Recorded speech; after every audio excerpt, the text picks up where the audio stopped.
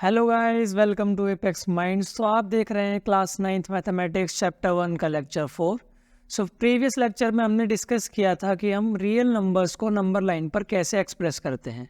इस लेक्चर में हम बात करेंगे कि अगर हम रेशनल और इरेशनल नंबर्स पर कुछ ऑपरेशंस अप्लाई करते हैं, जैसे कि एडिशन, सब्ट्रैक्शन, डिवीजन या फिर मल्टीप्लिकेशन, तो हमें क्या रिजल्ट्स देखने को मिलते हैं। So without further ado, let's begin. So first we will talk about rational numbers. Rational numbers जो होते हैं वो commutative, associative and distributive laws को follow करते हैं for addition and multiplication. अब ये तीनों laws क्या state करते हैं वो हम एक एक करके देख लेते हैं। Commutative law जो है उसका कहना है कि अगर हम दो numbers को swap करते हैं addition या फिर multiplication में, तो results हमेशा same ही आता है। जैसे कि अगर आप a प्लस बी करें या फिर b प्लस a करें, आपको रिजल्ट हमेशा सेम ही मिलेगा। इसको न्यूमरल फॉर्म में देखें तो 6 प्लस 3 जो है हमेशा 9 ही आएगा एंड 3 प्लस 6 जो है वो भी 9 ही रहेगा। सिमिलरली अगर हम मल्टीप्लिकेशन में देखें, a मल्टीप्लाई b जो है वो हमेशा b मल्टीप्लाई a के इक्वल ही आने वाला है। फॉर एग्जाम्पल 2 मल्टीप्लाई 4 जो है वो 8 ही आने वाला है एंड 4 मल्टीप्लाई 2 जो है वो भी 8 ही आने वाला है। यही सेम चीज परसेंटेजेस पर भी एप्लीकेबल होती है। फॉर एग्जाम्पल 8% ऑफ 50 जो होगा वही 50% ऑफ 8 भी होगा, which is 4। Next law is associative law. इस लॉ का कहना यह है कि अगर हम नंबर्स को अलग अलग ग्रुप्स में रखते हैं एडिशन या फिर मल्टीप्लिकेशन में, तो रिजल्ट्स हमेशा सेम ही आते हैं।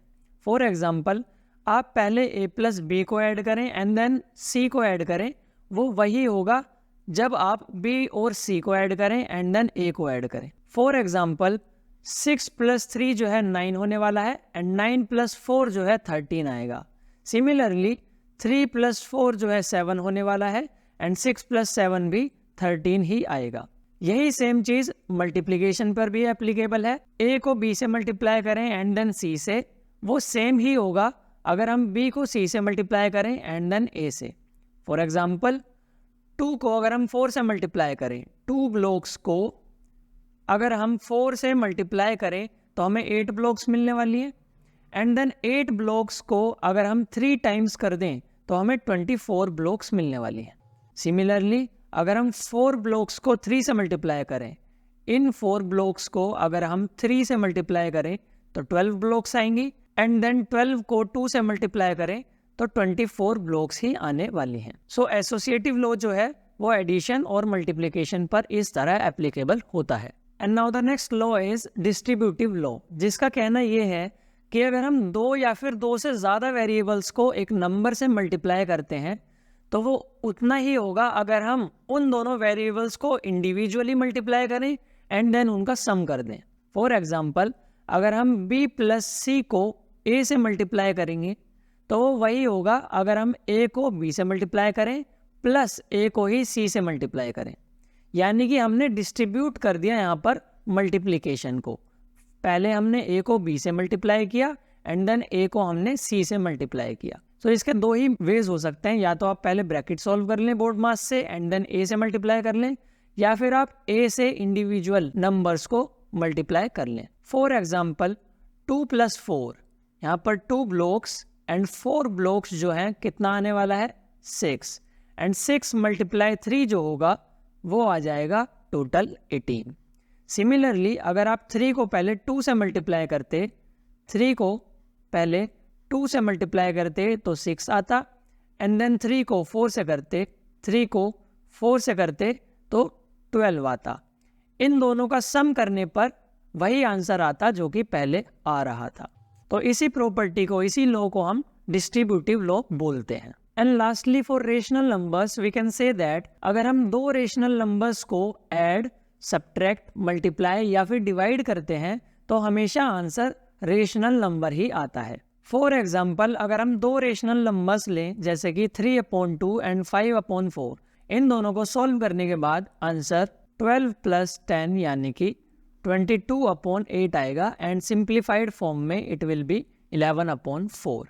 11/4 यहाँ पर जो है अगेन रेशनल नंबर ही है। सिमिलरली अगर हम दो रेशनल नंबर्स को मल्टीप्लाई करते हैं तो आंसर हमेशा एक रेशनल नंबर ही आता है।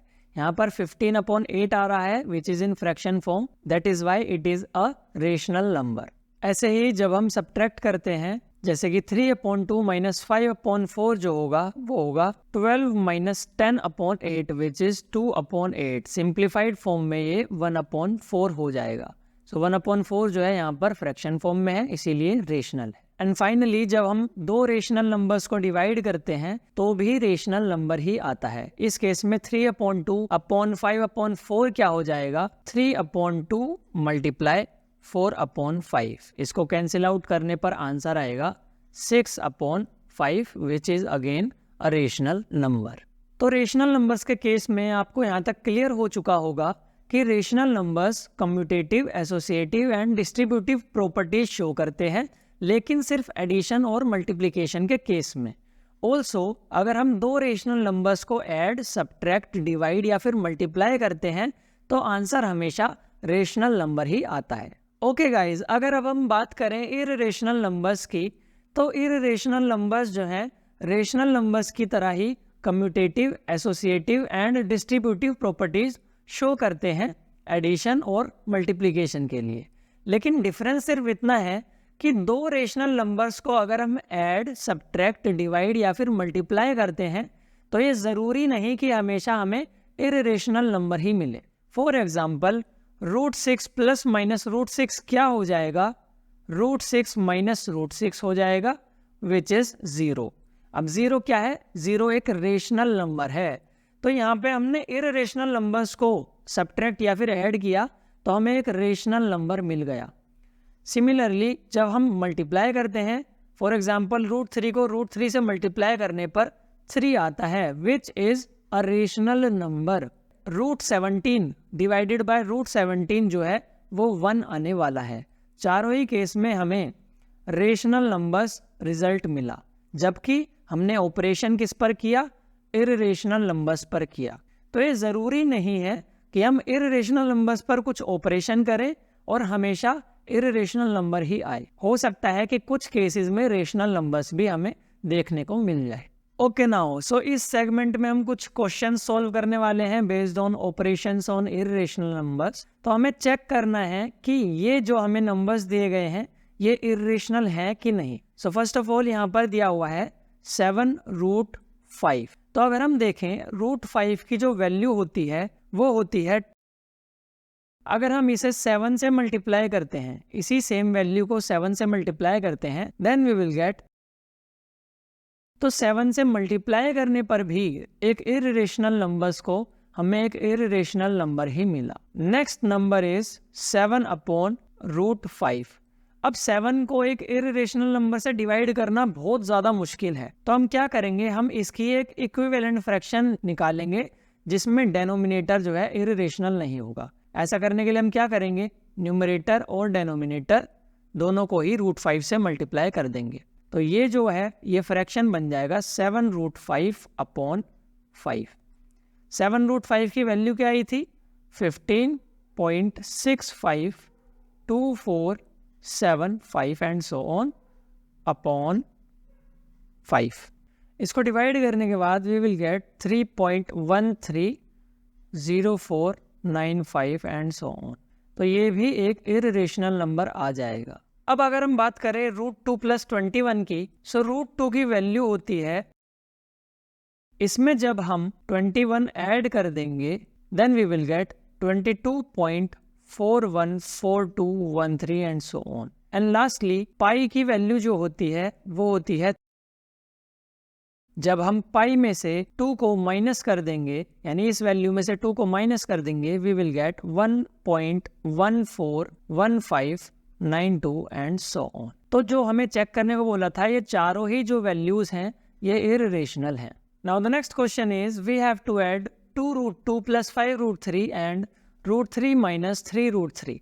सो यहाँ पर √2 वाली जो वैल्यूज हैं यहाँ पर सिर्फ एक है, तो 2√2 जो है एज इट इज रहेगा।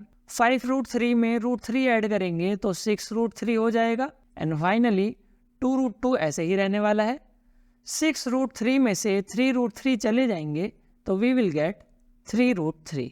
यहाँ पर हम देख सकते हैं ये जो आंसर है ये भी इररेशनल नंबर है। Now the next question is we have to multiply 6 root 5 by 2 root 5। तो जो रेडिकल साइन यानी रूट के अंडर होता है वो रूट से ही मल्टीप्लाई होता है, एंड जो कोएफिशिएंट्स होते हैं वो आपस में मल्टीप्लाई होते हैं। तो 6 और 2 आपस में मल्टीप्लाई होंगे एंड रेडिकल साइन के अंडर जो वैल्यूज हैं वो आपस में मल्टीप्लाई होंगी। 6 मल्टीप्लाई 2 12 होने वाला है एंड रूट 5 मल्टीप्लाई रूट 5 जो है 5 होने वाला है।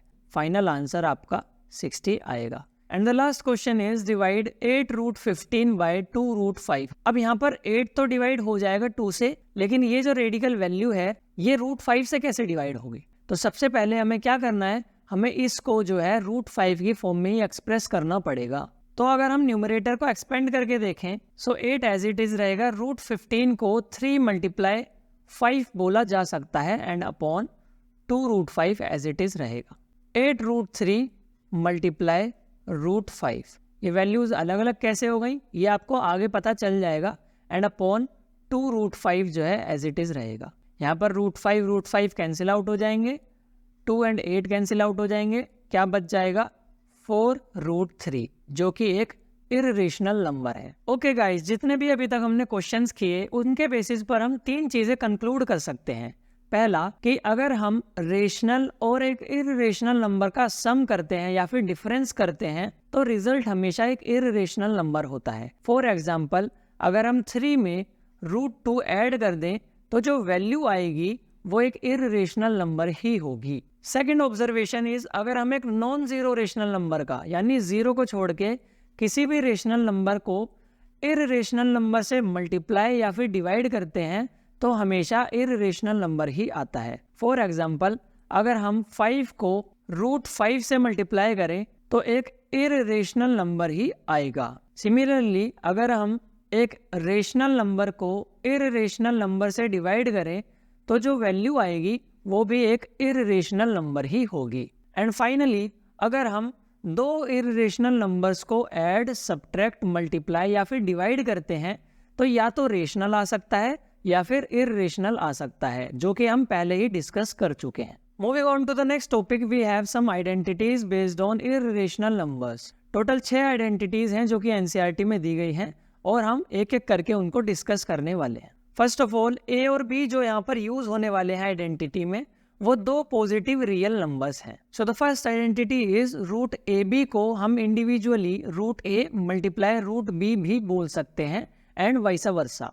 फॉर एग्जाम्पल अगर रूट 21 लिखा हुआ है सो हम रूट 21 को रूट 7 मल्टीप्लाई 3 बोल सकते हैं and individually we can say that root 3 multiply root 7 जो होगा वो रूट 21 ही होगा। सिमिलरली अगर 2 इरेशनल नंबर्स मल्टीप्लाई हो रहे हैं, for example root 5 multiply root 7, तो आंसर विल बी रूट 35, यानी कि इन दोनों नंबर्स का प्रोडक्ट हो जाएगा एंड रेडिकल साइन जो है एज इट इज रहेगा। फर्स्ट प्रॉपर्टी जो थी वो मल्टीप्लिकेशन पर बेस्ड थी एंड सेकंड प्रॉपर्टी जो है वो डिवीजन पर बेस्ड है। इस आइडेंटिटी के अकॉर्डिंग अगर कोई फ्रैक्शन में रूट है तो हम इंडिविजुअली न्यूमरेटर और डेनोमिनेटर को रूट्स में लिख सकते हैं। फॉर एग्जाम्पल रूट 8/17 जो है रूट 8/रूट 17 के बराबर होगा। थर्ड आइडेंटिटी जो है वो 8th क्लास में आपने एक आइडेंटिटी पढ़ी थी उसी पर बेस्ड है, जो कि ये बोलती है अगर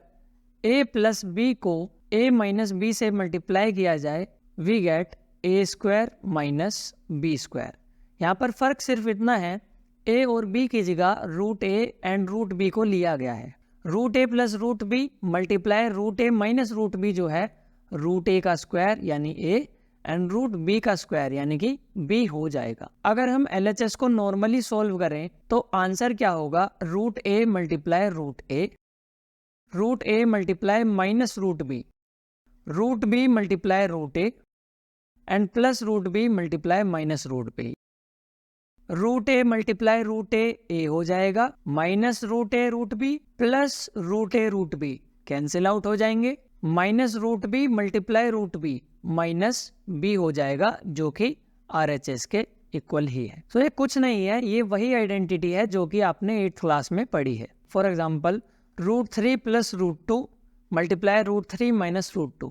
सो इस आइडेंटिटी के अकॉर्डिंग वैल्यू क्या आनी चाहिए, रूट 3 का स्क्वायर माइनस रूट 2 का square which will B 3 minus 2 यानी कि 1। फोर्थ आइडेंटिटी भी जो है वो थर्ड आइडेंटिटी पर ही बेस्ड है, बस यहाँ पर एक वेरिएबल से रेडिकल साइन हटा दिया गया है। यहाँ पर देखो a मल्टीप्लाई a जो है a स्क्वायर आएगा, a multiply minus root b जो है minus a root b, b multiply a जो है plus a root b and b multiply minus root b जो है माइनस b। ये दोनों आपस में कैंसिल आउट होंगे and then answer will be a square minus b। और अगर हम न्यूमरल एग्जाम्पल की बात करें जैसे कि 5 plus root 3 multiply 5 minus root 3, so इस आइडेंटिटी के अकॉर्डिंग वो क्या हो जाएगा 5 square minus root 3 square which will be 5 square is 25 and root 3 square is 3, so answer will be 22। Now if we talk about fifth identity, वो भी simple multiplication से ही है, यानी डिस्ट्रीब्यूटिव लॉ से अगर आप सोल्व करके देखेंगे तो आंसर आपको ये मिलेगा। For example root 5 plus root 2 multiply root 8 plus root 10। यहाँ पर ए बी सी डी यानी कि सारे ही रूट में जो वैल्यूज हैं वो डिफरेंट हैं। सो इसके अकॉर्डिंग क्या हो जाएगा, रूट 5 मल्टीप्लाई रूट 8 40 हो जाएगा, रूट 5 मल्टीप्लाई रूट 10 रूट 50 हो जाएगा, रूट 2 मल्टीप्लाई रूट 8 रूट 16 हो जाएगा, रूट 2 मल्टीप्लाई रूट 10 रूट 20 हो जाएगा। अब अगर हम इनको भी फर्दर सॉल्व करके देखें, रूट 40 को हम रूट 4 मल्टीप्लाई 10 बोल सकते हैं, रूट 50 को रूट 25 मल्टीप्लाई 2 बोल सकते हैं, रूट 16 तो हम जानते ही हैं 4 होता है, एंड रूट 20 को हम रूट 4 मल्टीप्लाई 5 बोल सकते हैं। नाउ जो परफेक्ट स्क्वायर्स हैं यानी 4 है उसका परफेक्ट स्क्वायर बाहर आ जाएगा, यानी 4 का स्क्वायर रूट क्या हो जाएगा 2 एंड रूट 10 जो है एज इट इज अंदर रहेगा। 25 का परफेक्ट स्क्वायर रूट क्या होता है 5 एंड रूट 2 जो है वैल्यू अंदर ही रहेगी, प्लस 4 का परफेक्ट स्क्वायर रूट क्या होता है 2, तो 2 रूट 5। सो फाइनल आंसर जो होगा आपका ये होगा, ना कि ये, क्योंकि आपको आंसर्स सिंप्लीफाइड फॉर्म में लिखने होते हैं। And now The last identity is similar to a plus b whole square. a plus b whole square आप identity 8th में ही पढ़ चुके हो, which is equal to a square plus 2ab plus b square। फर्क सिर्फ इतना है, यहाँ पर a और b की जगह रूट a और रूट b वैल्यूज आ चुकी हैं। अगर हम एग्जाम्पल की बात करें जैसे कि रूट 5 प्लस रूट 7 का होल स्क्वायर क्या हो जाएगा, root 5 square plus 2 root 5 root 7 plus root 7 whole square. यहाँ पर रूट 5 स्क्वायर की वैल्यू क्या होगी 5 प्लस 2 रूट 5 रूट 7, यहाँ पर रूट 5 रूट 7 आपस में मल्टीप्लाई होंगे, then we will get 2 root 35 plus root 7 square which is 7 and finally 7 plus 5 12 plus 2 root 35। तो आई होप यहाँ तक आपको क्लियर होगा कि हम किन आइडेंटिटीज का इस चैप्टर में यूज करने वाले हैं based on irrational numbers. Moving on to the next and last topic of this lecture, we have rationalizing the denominator. अब रेशनलाइजेशन का मतलब क्या होता है, कई बार आपको फ्रैक्शन इस फॉर्म में दिया जाता है। अब रूट 5 प्लस 1 की वैल्यू तो हमें पता चल सकती है, लेकिन उसको हम एक इररेशनल नंबर से डिवाइड करें तो बहुत ही ज्यादा मुश्किल है। इसलिए हम क्या करते हैं, हम इस डिनोमिनेटर को इररेशनल से रेशनल बना देते हैं। सो इसी प्रोसेस को हम रेशनलाइजेशन ऑफ डिनोमिनेटर बोलते हैं। अब हमें इस फ्रैक्शन की जो है वैल्यू नहीं चेंज करनी है इस तरह से कि ये जो डिनोमिनेटर है ये रेशनल बन जाए।